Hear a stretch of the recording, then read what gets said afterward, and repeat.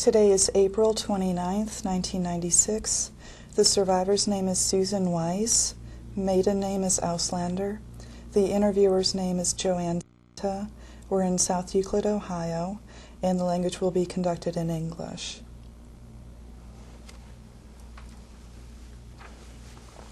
Okay. Okay. Mrs. Weiss, can you tell us your birth date, please? Yes, 1922, August 31st. Okay, and where were you born? In Czechoslovakia, the name is Linz. L-I-N-Z? Yes. Okay. And what was your maiden name? My maiden name was Susan Auslander. Okay.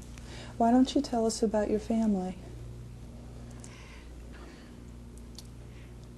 My mother died when I was 2 years old.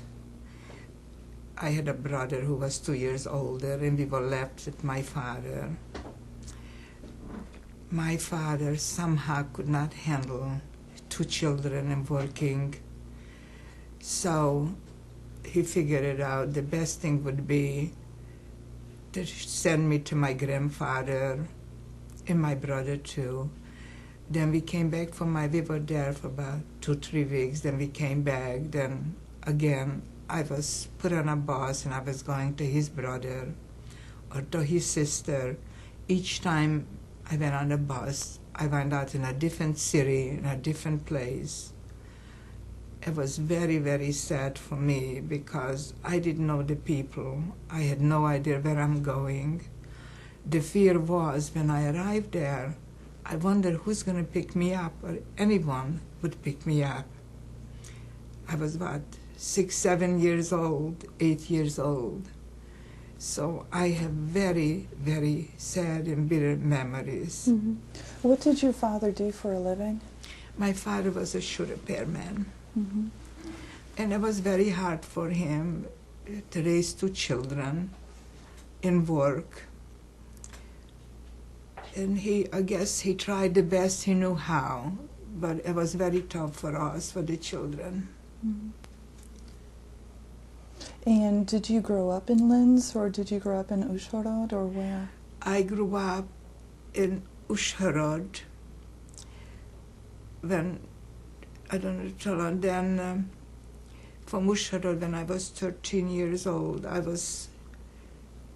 had so much pain. I just had to go away on my own. I was 13 years old. I packed a little suitcase from one of my aunts and I said, I am going to Hungary, Budapest. I'll learn a trade and I don't have to be shipped anymore to one relative to the other one. This one happened, I think so was in January. It was very cold, a big snow. I didn't realize it was so bad. When I arrived to Budapest, I was 13 years old. Did you know anyone in Budapest? No, I did not know anyone. I had a Jewish paper, and they said they will help the Jewish people, not realizing it was a Sunday, and the Jewish Federation, I guess, it was closed. I remember I had a little suitcase, and I sat on it, and I cried. What do I know now? Where do I go? And an older lady passed by and she saw me crying. And she says, little girl, why are you crying? I said, because I have no place to go. And I explained to her. She took me to her place. I was there for 3 days by her. And from then, I looked for myself for a housing. I thanked her. I don't remember her name. I found a housing in a Jewish section.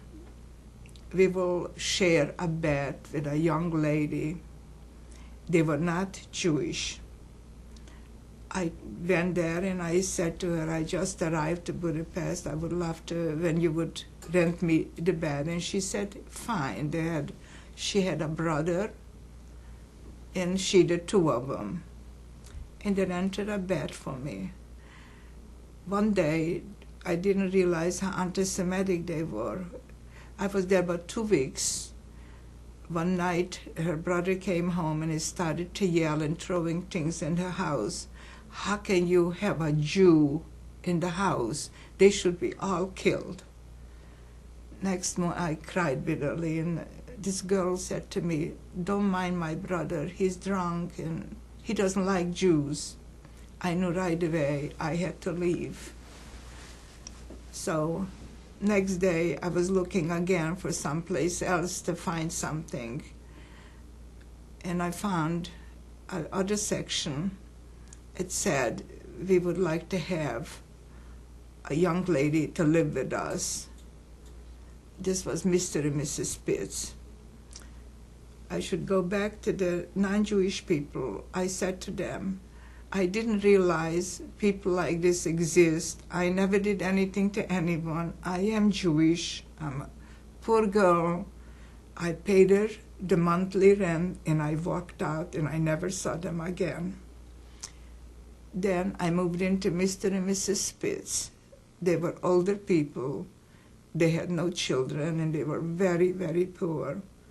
And they became my mother and father, the love what I never had. They were very poor, and when I find this place where I looked for a place where I can work and learn a trade. And they accepted me because I was very young, but they felt sorry for me and they hired me. And I worked there almost till the war, till the war. What did you do there? I learned to make ladies' pocketbooks, ladies' bells, all the thing with leather.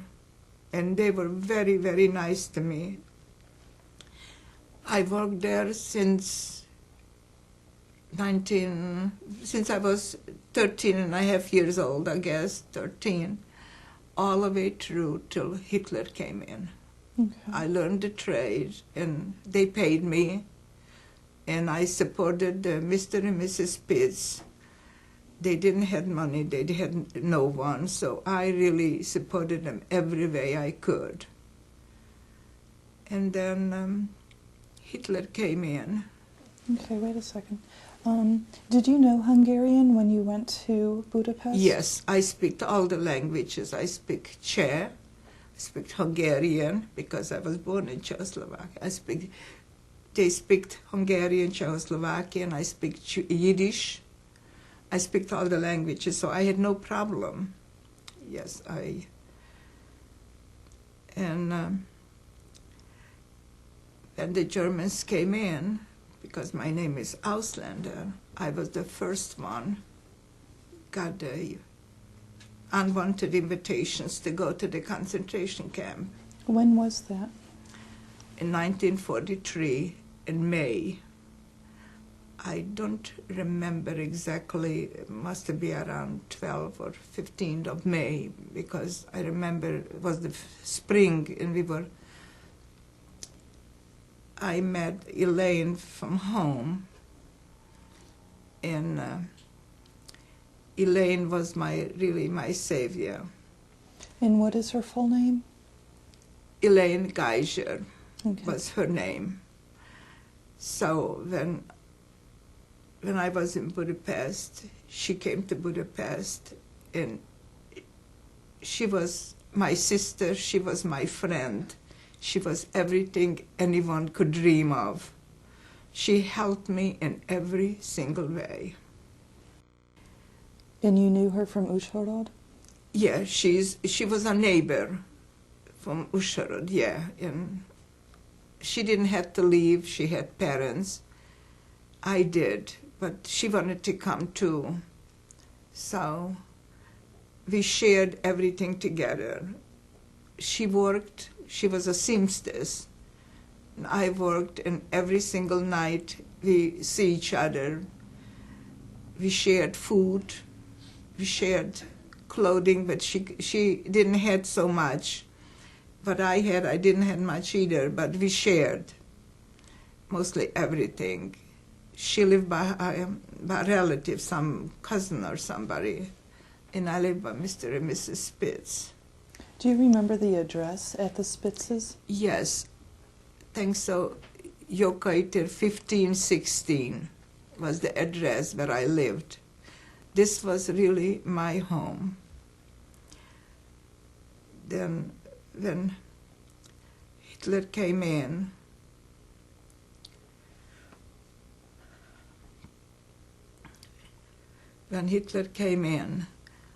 I went to Elaine because I got the invitation, and I showed her.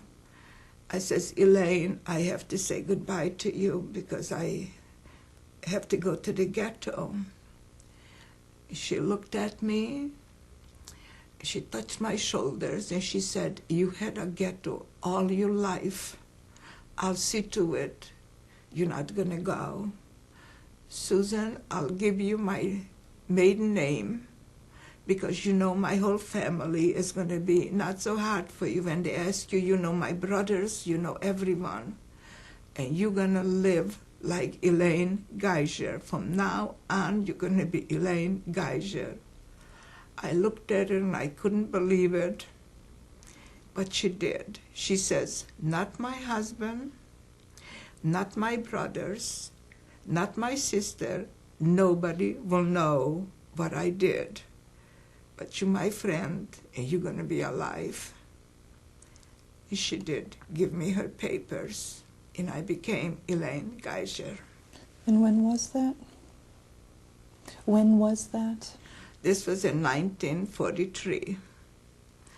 Then she advised me to go to the Hungarian army and volunteer to be in the Hungarian army.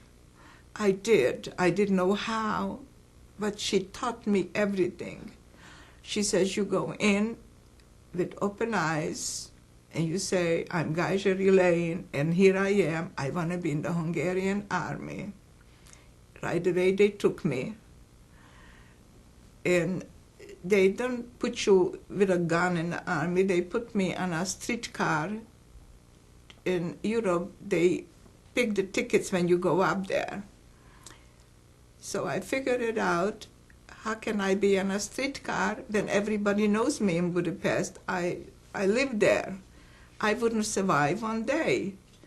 So I told this Elaine. Elaine says, go back to this guy and don't say anything, just tell him if they give you other jobs. So I go back and I told them, I get very sick to my stomach. Please take me in a factory, any place, just take me off from the streetcar. And the guy was very, very nice. It was a Hungarian Gestapo guy. He said to me, okay, guess what I'm going to do? I'm going to put you part of the White House to work. Anything you were told to do, you're going to do. I said, fine. I was terrified. What am I doing? I'm a Jewish girl, part of the White House. But this one happened. I got very good papers, and the guy said, he didn't know who I am. I'm Elaine. He said to me, just be at ease, no problem. You're going to do, there's many girls, not you're not the only one. Anything they tell you to do, you just do it. This one happened. And I lived there for 2 years. I worked there, and nobody ever knew who I am. Every 11 o'clock, we used to go out because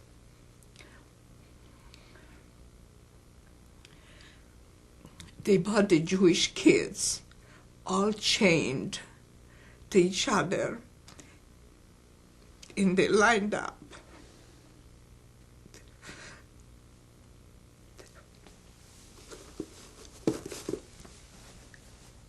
And I worked, her name was Ruth, but she was really a Christian. She didn't know who I am. So, Elaine, come on, we have to go to watch the Jews. They're killing the Jews. So I had to put a smile on, and I had to go every day. One day, my boss said to me, Elaine, come back. Here is some money. My wife just called me, about 5 pounds of 5 or 10, I don't remember, a big bag of apples. It was winter time. So we went with Ruth first. I picked up the apples, and I was holding the apples, and we went to see how they're killing the Jews, and I came pretty close. I said, Ruth, let's go closer. Let's go a little bit closer. She says, 5. I said, I want to see. I didn't know what to say, why I'm going closer. I put a hole in the bag, in the bottom of the bag, and all the apples fell out from the bag. And all the kids turned around and they grabbed the apples and they ate them.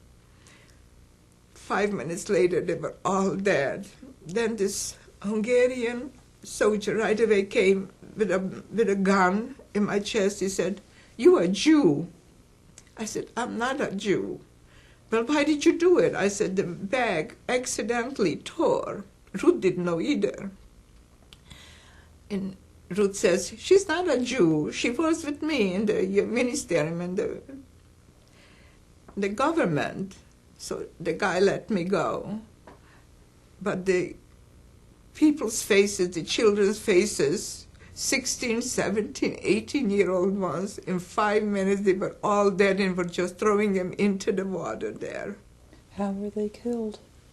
They shot them from the back, and then they fell because put them on the edge by the Dunai and shot them from the back, and they just threw them in, all chained. Every one of them was chained. Every night I came home, and I lived by non-Jewish people. They didn't know who I am. I didn't know how to get out the pain, so I took a pillow over my head. I went to bed, and I cried all night long. I couldn't release. I couldn't talk to anyone. I couldn't say anything to anyone. So this is the way I lived for almost 2 years, to keep everything, all the pain, what I had to watch, to myself. And it was very painful. Till this day, it's painful.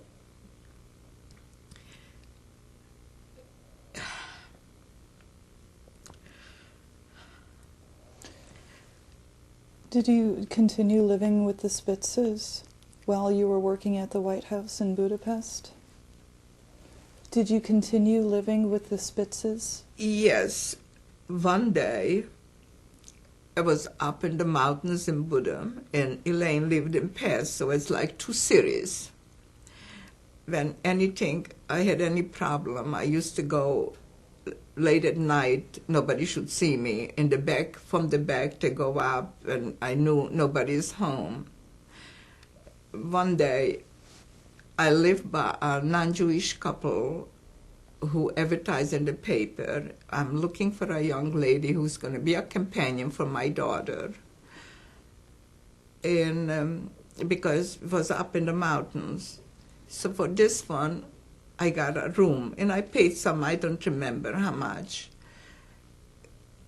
Upstairs was near where these people lived, was a Jewish camp for the Jewish boys, a working camp.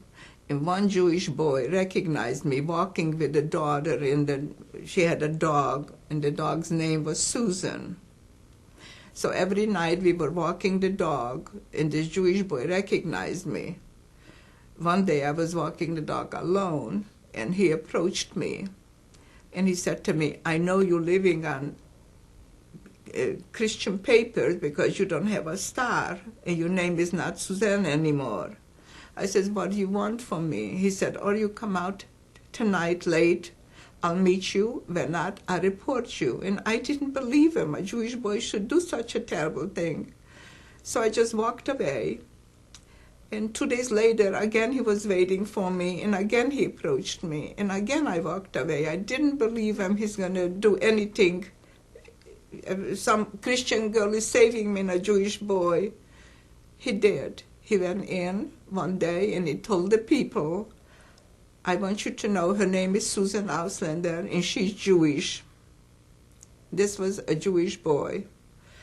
And when I came home from work, she said to me, "Somebody came in, a boy, and told me, 'You're not Elaine, your name is Susan Auslander.'" And I said, "Well, he's just lying, making up the stories because he asked me to come out midnight." But I knew right away I had to leave because she was already thinking, who do I have in my house? So I found other housing, non-Jewish people, and I left. When was that you were up in that part of Budapest?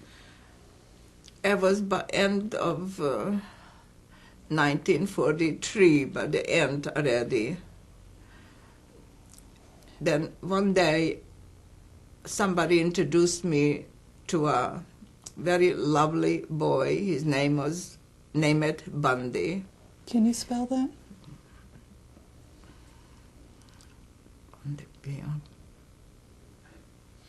I'm a bad speller. I would misspell it. Try. In living with non-Jewish people. Oh, I met Bundy when I lived yet by the old, with a girl. In the mountains? Yes. And he owned a beauty shop, a ladies' and a man's beauty shop. He was very good looking, and he was very, very anti-Semitic. He hated Jews, and because he hated Jews, I stuck by him to see how far you're going to go. He waited for me by work, and he took me the nicest places, everything. You know, I'm not Jewish, I'm a Christian girl, so I knew after a while he was talking, I want you to meet my mom, and I knew he's going to propose. I remember he took me to see Thief of Baghdad came to Budapest. It was, I think so, a Saturday night. And it was a big line because American movies were very hot in Europe. We stayed for over a half an hour, and he says to me, Elaine, I have to tell you something, what I'm going to do. The Germans were going around with the tanks and killing the Jews, and he was very much against the Jews. He even wore a SS band on his arm. I didn't go for him because I was in love with him. I went to show him. I knew he's going to propose to me. And he did. He said, Elaine, I'm going to take you to my mother, and I want you to marry me. And the pain was so tremendous in my heart. Here, I want to show you I am no different from other people. I'm Jewish now because I'm a Christian. I'm okay. I said to him, Bundy, I want you to know, I have to tell you something. You just proposed to a Jewish girl. He pushed me against the wall. He says, I cannot believe it. You're not Jewish. I said, yes, I am. And with this one, I ran away. I left him there, and I ran away. And then I changed my housing. He should know where I am. Each time I saw him, I thought this is the end of me, because already he had two things against me, Jewish, and I just made fun of him. My husband, he wasn't my husband yet, we just knew each other, we were friends, gave me a big cross, and one day he waited for me where I worked, and I saw him coming, and I got a hold of my cross and running to catch the streetcar. I tore it and I lost. I said, now when he catch me, it's end of me. But he didn't. The streetcar took off, and he didn't catch me. Can go. And I did not, when each time I saw him, I ran. Somehow he never could catch me. And I got married, my husband, and we were coming to United States. From Paris, we got a boat, and Bundy was on the boat running with different papers to Canada. For 11 days, we were on the same boat. He approached me, he said to me, Elaine, I says, my name is not Elaine. You forgot, you proposed to Elaine. My name is Susan Auslander. Matter of fact, I am Susan Weiss. This is my husband, and this is my child. He's 2.5 years old, and I want you to get away from me, far away, and don't ever come near my child and my husband. He was with the other boy on the boat for 11 days. I was terrified from him. We arrived to Canada, and in Canada, police were waiting for him. He begged me, Elaine, please don't tell anyone who I am. I says, I will never say anything, just please stay away from my family. We arrived to Canada, and the police picked him up. They were waiting for him. Somebody else recognized them. It was never mine doing. Somebody else recognized him. I never saw him again. What had he done that the police were waiting for him? He was killing Jews. He became SS. He wore the SS signature on his arm, and they are the worst. The Hungarians were the worst, more from the Germans. For shooting the Jewish people, the Hungarians, most of the time, Hungarians like this Bande, who became to take everything we can from the Jews, and we'll kill him.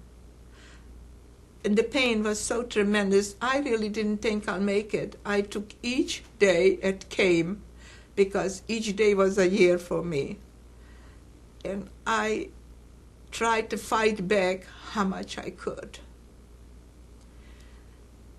And working there, I got every Friday, everyone, all the people who worked from the army in this ministerium, got bonuses every Friday. We got bread, we got pork, we got butter, who the other people didn't. So every Friday, I went into the ghetto.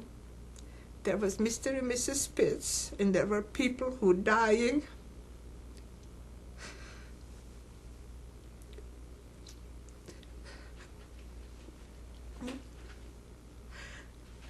They were dying from hunger. Every day they were just caving over. So I walked in because I had such a good paper. I had my SS signature on my picture. One day, the president of the SS group,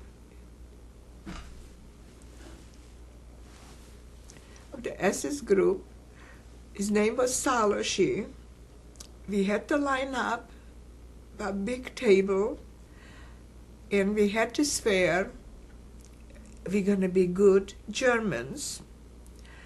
And I passed the table. He shook hands with me, and I just said in my heart, Shema Yisrael, in Jewish, in my heart, when he would know I am Jewish, and he's shaking hand with me. And the only thing I had to have from him, his signature and the mark, the SS signature. I had the best papers from anyone, and this is the reason I could go into ghetto. I could go in any place. Okay, let's stop here.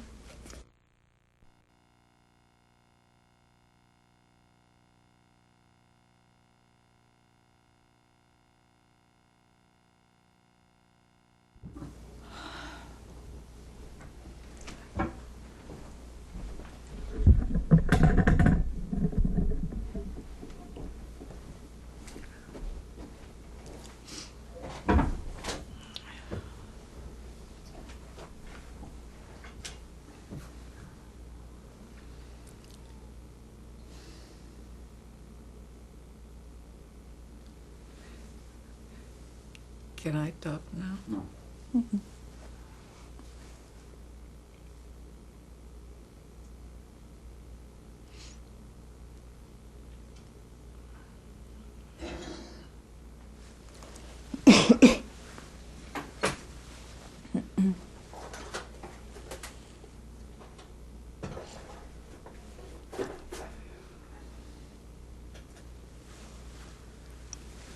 You were telling us about Shalasi meeting the Arrow Cross later, Ferenc Szálasi.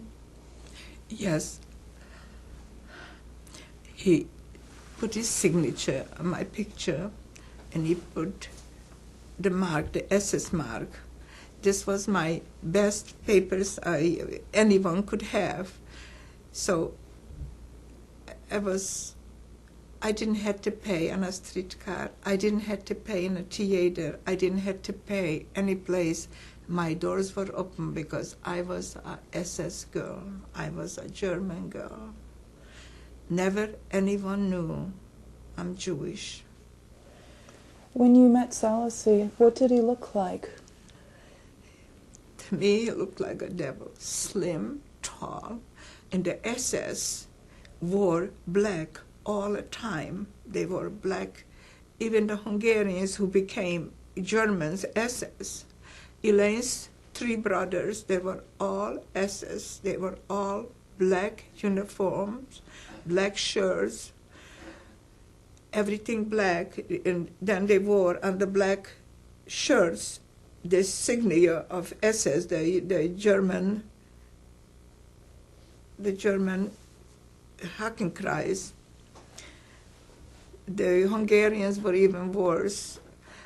Elaine used to tell me, Susan, anything you do, anywhere you go, because my brothers know you so well, don't ever go any place with my brothers because they will kill you. Regardless, they will not ask you who you, maybe they thought whose papers I'm living on, but they never asked, and I never told. One day I was going with a younger brother, his name was Tommy, and I don't remember where I went with him. I had to go someplace, and he was with me. And a Jewish boy was coming towards us because he had the Jewish star on his lapel. And he said to me, you see this Jewish kid? Now look at him, because he's going to be dead. I'll kill him. So I jumped ahead of him and I said, Tommy, kill me, please. He never did anything to you. He took out the gun and shot him there before my eyes. And the kid was there, and I remember running, screaming, and crying. I don't even remember where I went. I think so. I went to sit down on a bench by myself to cry. I couldn't talk to anyone, and I left him there. I witnessed killings every single day just because they were a star, because they were Jewish. And it was very hard. Earlier you said you went to the bridge, to the Duna, Yes. every day at 11? Yeah. Every day, no, we went earlier, not every day, it was every Friday with Ruth. This was part of our job, to go from Buddha to Pest to get payroll for the people. There were a lot of people working there, so we were chosen, the 2 of us, because we had to do everything. So we go to the bank, and we got each one of us 2 suitcases of Hungarian money. It was a streetcar who goes from Pest to Buda.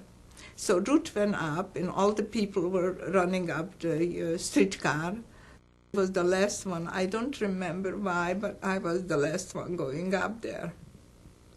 So I stood on the last step with the 2 suitcases. And a man was standing on the second step, and he kept kicking me. He says, lady, I'm going to kick you off because you're going to fall off. You have 2 suitcases to hold on to, and the streetcar is going back and forth. You're going to fall off, and you're going to die. And I didn't want to go, but he kicked me so much. So I yelled to Ruth, Ruth, I'm going to see you. In a few minutes, I'll take out the streetcar. The minute I got off, and Ruth took off with the streetcar, and the bridge blew off, all the bridges the same time. I was the only one alive. Ruth, the man who kicked me off, all died. I was the only one laying on the ground with the 2 suitcases in my hand with money. I couldn't believe it, what's happening. So what do I do now? I have 2 suitcases of money. It doesn't belong to me. Again, I'm going to Elaine. I said, Elaine, you have to help me again. I have the 2 suitcases of money, does not belong to me. Somehow, some way, I'm going to go across because I couldn't go back even home. There was no way to go. She locked me in a room for 3 days. Her husband didn't know. Nobody knew. She gave me food, and her husband said, Elaine, what's happening? The door is locked. I can't go in to change my clothes. She said, I don't know. I misplaced the key. After 3 days, on a kayak, I went across. They were taking people back because they lived across. They had no way to go.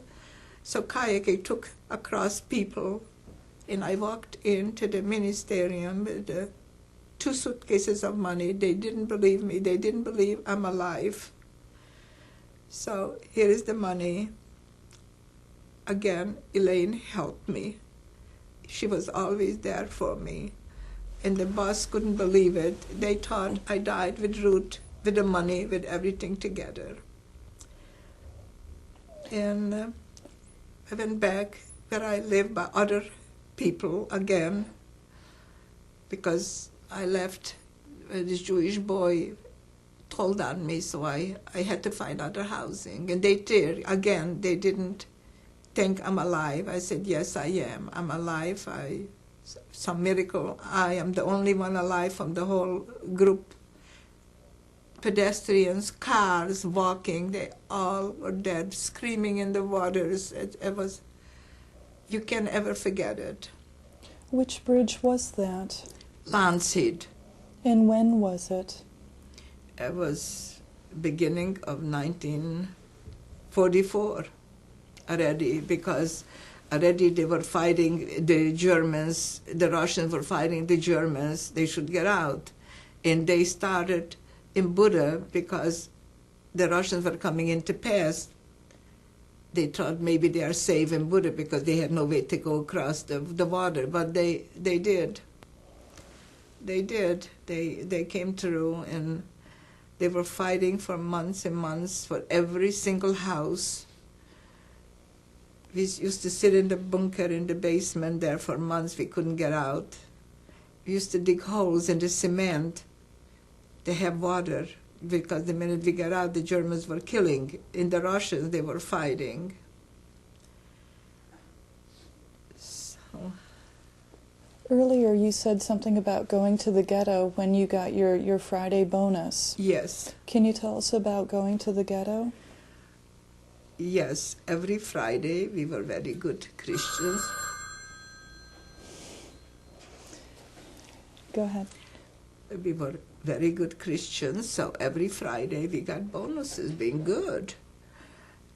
So every single Friday, and any time I could have anything, I used to go in, but they didn't know, just Mr. and Mrs. Spitz knew who I am, really. The rest of the people did not know who I am. I was just one of the good Christians. And when I went in to the ghetto, I just did like this. Nobody, because the Germans and the SS were by the gate. The minute I showed my picture, and I had Saloshi on my picture, I was the best German there can be. So I took him food each time I could, because from one week to the other one, people were not there anymore. Children, people, older people. One day, I couldn't handle the pain anymore. I went to Elaine, and I said, Elaine, I bought you the papers.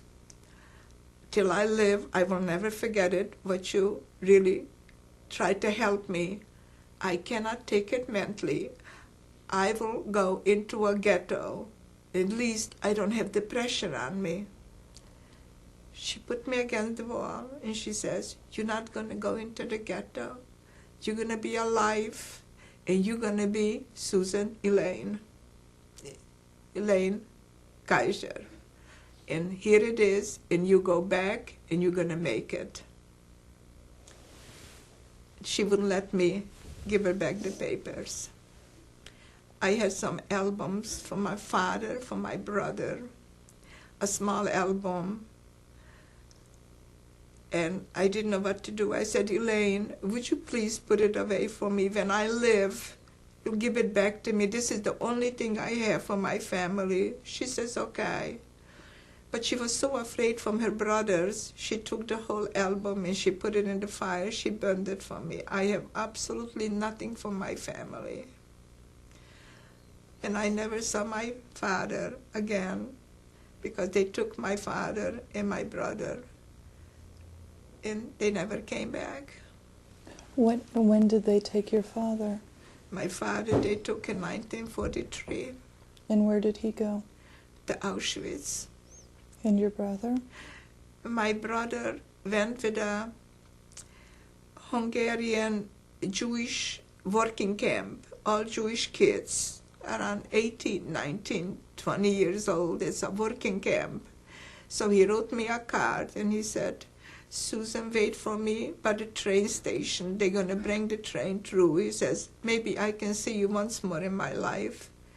I was there for about 2 days, all night long. I didn't move because I didn't know when the train is going to come through. After 3 days, the train never came, so I went up to the Red Cross and they told me, don't wait, because they took him out someplace in a field. They never came through Budapest. They told them they will.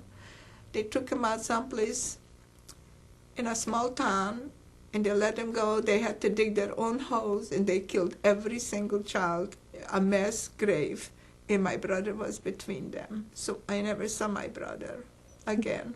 When was that happened? It was by end of 1943, by middle of the 1943. Then they started to kill everybody, or went to the concentration camp, or they were killing.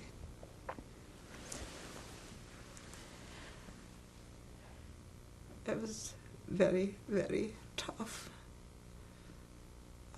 Till this day, I have terrible memories.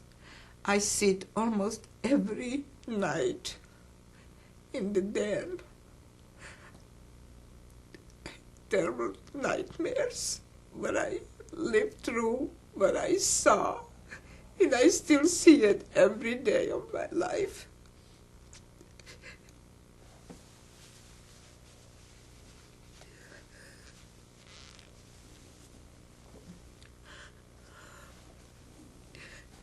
I get up almost every night, 2 o'clock in the morning or 3 o'clock. Until 6 o'clock, I sit in the den.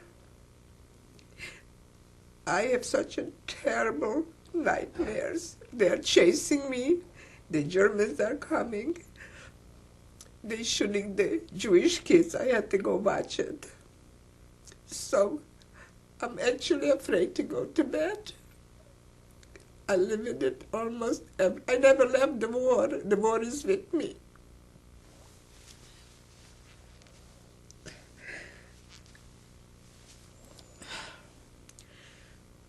So I met my husband before the war, where I worked, and we became very good friends. You met in Budapest? Yes. He worked across the street from me, and we became very good friends. I didn't know him at home. He didn't know me at home. He knew my family, but he didn't know me. Through work, I met him, and we, like I said, we became very, very good friends. Matter of fact, this was way before the war. A boy is supposed to get married. He made engagement ring to me for my husband. And he said to me, Susan, when anything happens to me, I will mail you my food stamps, then you know I was caught, because he was living with, during the war already, with different papers. He bought the papers from someone, and the same guy went up to the police and told them he stole my papers, and he's Jewish, and they got him and they took him to Auschwitz. But he never had a chance to mail the food stamps. I should know he was cut. And we got separated.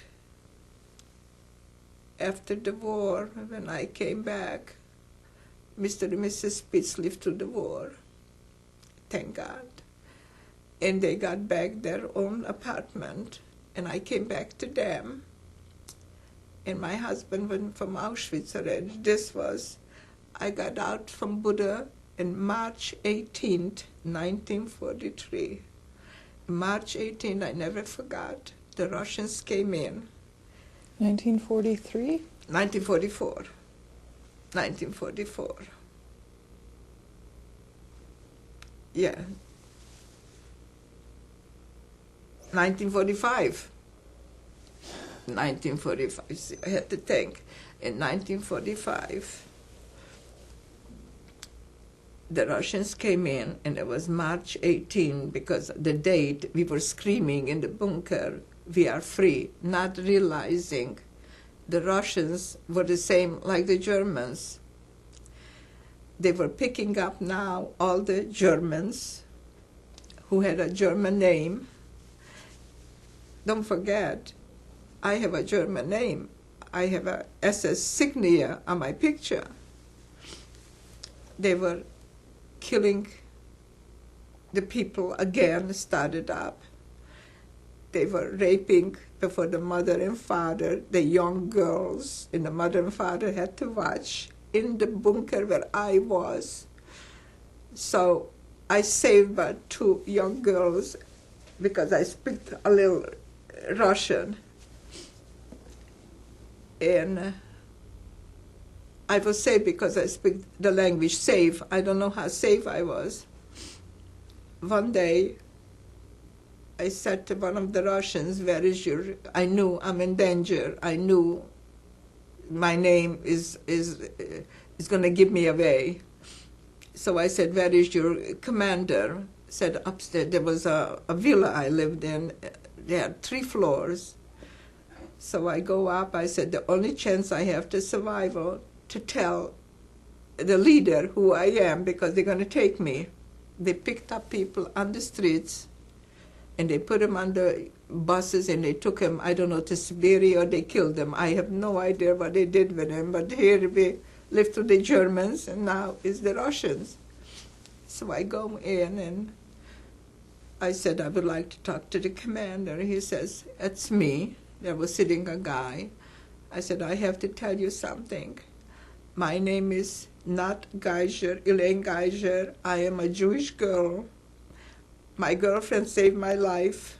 And please, I'm in big danger because I have the picture with the SS signia." He said to me in Yiddish, "Do you speak Yiddish?" I said, "Yes, I do." He says, "I'm a Jew too, and don't be afraid. Nobody will ever harm you." And then I took a scissor and I cut off the SS. He told me to cut off the SS signia and throw it away, the picture. And I'll see to it you're not going to be harmed. And this is the way they didn't take me. But Elaine Brothers, we're going back to Elaine Brothers. I came back to Elaine after the war to thank her. They took Elaine's 2 brothers. They put gasoline over him, and they tied up the 2 feet with a rope, and they pulled them up on a post, and they lit them, and they burned them. I remember I ran screaming, not just me, everybody else. So the Russians were different from the Germans. They did even worse things. This one happened to 2 of the brothers of Elaine because they were SS. They were worse from the Germans. I told you they were killing Jews all over. But Tommy, the younger one, ran away from Budapest. He ran to Germany. And what were the other 2 brothers' names? Yoshka, one, and the other one was Lotzi. And that Geisher? Lotzi, yeah. And the third one was Tammy, the younger one. And then she has a sister who is still alive, and she was a German lover too. Her name is Muncie. So the 2 brothers the Russians killed. The younger brother, Tommy, ran away. And when we came to this country, my husband's family, lovely family, helped us to come out. His aunt and cousins, Tommy came to visit me here to this home. I didn't know he's alive, so I couldn't do nothing because Elaine saved my life. I couldn't give him away, but I didn't think anyone would care who he really is in the United States. He came and he stayed with me for 3 days, and I had already my child. I was fighting to death. He came after me to kill us here. He moved to Chicago, and in Chicago, somebody threw him out from the 10th floor, and he died there. Do you know why someone threw him out the window? What my girlfriend Elaine told me, his wife fell in love with some other guy, and the other guy wanted to get rid of him, so he threw him out. This one I was told. This one Elaine told me.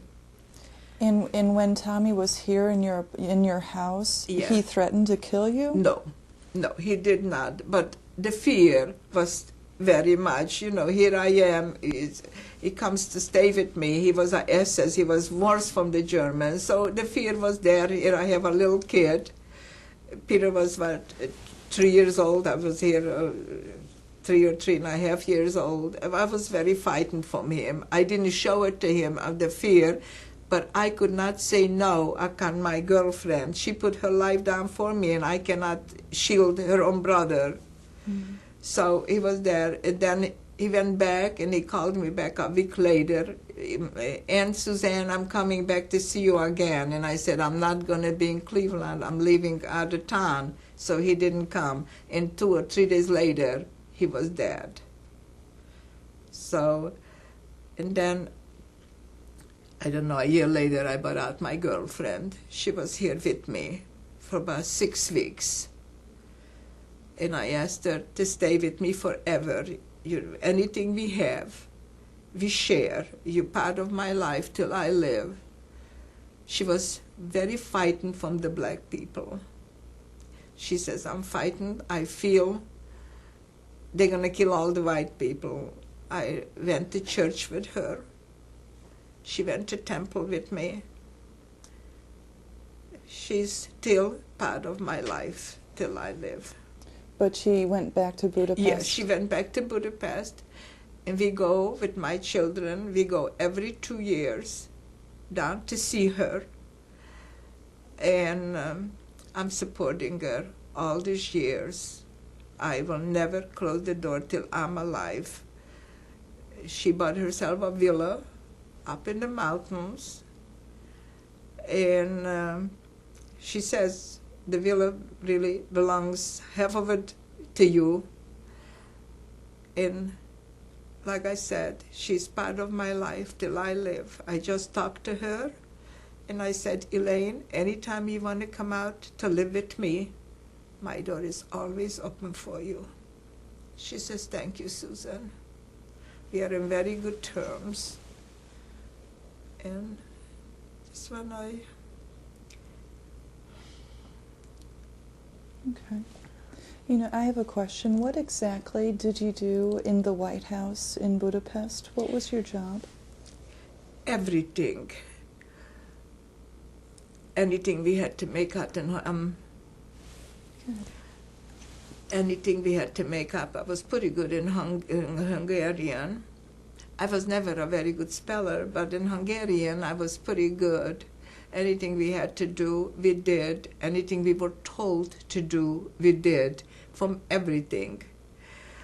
To pick up things, to be in the office, doing office with Ruth. We were inseparable with Ruth because we were both in the army. So anything I did, Ruth did with me. Any place we went, I stuck more to Ruth because she was my savior. Any place I went, I felt safe and she's with me. And like I said, anything we had to do, the boss was a very nice gentleman. Who was he? What was his name? A lot of times I think about it. I don't remember his name. The only thing I remember, when the Russians came in, I never went back to work anymore. And my husband took me back to the hometown to get married. When I came out March 18th. And March 18th, yeah. And my husband was waiting for me. And April 21st, I got married in Ushara. We went back to see if anyone came back. Nobody did. So we came back to Budapest, the two of us. One day I'm going with my husband on the streetcar. I don't even remember where I went. And there is my boss. He says to me, Elaine, I don't know what happened to you. I couldn't find you where you lived. I couldn't find you any place. You have money coming to you. Why don't you come back to work? So what do I say now? I said, well, I have to tell you, I got married, and this is the reason I didn't come back. I want you to meet my husband, Alex. I never said Weiss. I just said Alex. My husband got introduced, and I said, I will come back. You have to give me time, but I will come back. I never saw him again. I didn't want to tell him who I am, because I didn't want him. He was a nice gentleman, but he didn't feel anything for the Jews. And you don't remember his name? I don't remember his name. A lot of times I think about it. After the war, somehow was not important to me anymore, so I just, I guess, closed the door. And I don't remember his name, but he was a pretty nice gentleman, being a Catholic, a nice Catholic, good Catholic girl. I went to church every Sunday with the people I live by. My girlfriend showed me how to put a proper cross on. I went on my knees. I put a cross on me. I went to the confession box. My girlfriend taught me what to say. So I go into the confession box. I went with the people I live by, the husband and wife, and a other daughter and a son, was of other family. So Elaine, we're going to church. I went to church. So every Sunday I go to the confession box. So what do I confess? So my child, the priest, through a little window, I never saw things before, a little window, a priest talking to me. What did you do, child? I said, I have to confess, Father, I was a bad girl. I slept with a man. So he said, so why did you do it? I says, I don't know. I guess this is the reason I'm confessing. Please forgive me. And then I went back to Elaine. I told her, she says, Susan, he's ready to take you to bed. Every week you're telling him the same story. I said, I have nothing else to say. And you hadn't gone to bed with anyone? And you hadn't gone to bed with anyone? No, my mind wasn't go to bed with anyone. My mind was to survive, but I didn't know what to confess for, so this was my sin. So through a little